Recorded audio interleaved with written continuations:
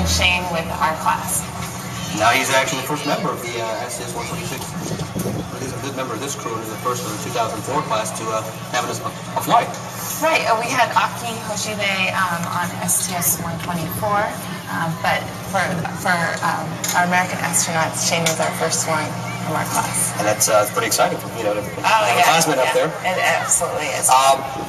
Well, the crews are just in the final stages of getting themselves prepared now to go down, ride the elevator down to the operations and checkout building about 8-9 miles from here, from the launch pad. Takes about 35 minutes or so for them to make that drive. They'll be coming down to the elevator shortly and then heading out to the launch pad. That they're very excited, thinking about the things they're taking up, and thinking about their families and the days to come, because it's a really special moment for them. Typically, one of the things you expect, with your training, training change, and how do we, the specific mission assignments, in this case, STS-126, and it's okay. specific tasks. In general, though, what's the kind of training you guys received as part of your, say, the 2004 class? Right, so we started out with shuttle training and took classes on all the systems of the shuttle. Then you go into the simulators. Eventually you get to the motion-based simulator where you're working as a team through usually asset and entry profiles. It takes about 4 hours for those types of sims. And also we'll be in the fixed-based simulator where you'll do 6 to 8 hours and do robotic operations or rendezvous or different things like that. Reliability goes down. Bad thing to happen when you got a million components on the vehicle. So you can imagine if you used traditional reliability, you would never step into the shuttle because the reliability number would be, as we say, in the toilet. So you can't do that. So what we do for the shuttle program to get around the problems with reliability, we use something called redundancy management. We have redundant systems. In some cases, 3 levels of redundancy. So you can actually fail and keep going, fail and keep going, fail, and then you get that third failure, you're like, it's time to come home right now. Most people don't tend to think about that. And I joke about it because on my launch, I'd like to I've not only gotten to orbit in 8.5 minutes, I've gone runs around the world before you'll get out of the parking lot. So, it's all a matter of perspective on how you look at it.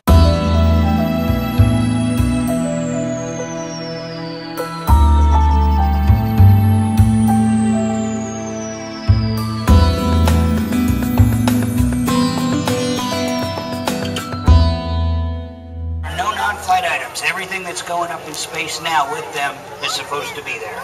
There will be no surprises. We have all the astronauts that we're supposed to have, and they have all the equipment and nothing extra. Right, all the crew are accounted for. Reward that door.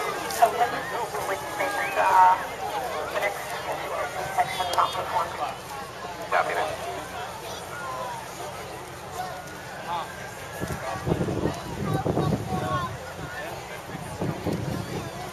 Grandma's trying to autofocus and there's nothing out there to focus on. The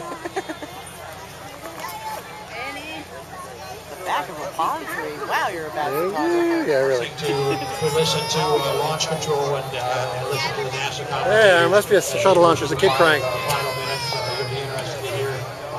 I got a video for you, Joe. Again, my wife's butt is in a holding pattern. The crew, of course, is primed. It's been hell for minutes. Just think about it for a second. Again, yeah, unfortunately, the door of my wife's butt is closed. That's a good thing. I often get asked questions, are you at some point during the countdown afraid? And I will always come up with the same answer. If you're afraid, you're in the wrong place at the wrong time. Fear has no part in this equation. Now, anxiety, do you understand the concerns involved? Do you understand the risk involved? Absolutely less. True, you'd be less than human if you didn't have some degree of anxiety. It's a risky business, and folks, everybody involved in the program knows that.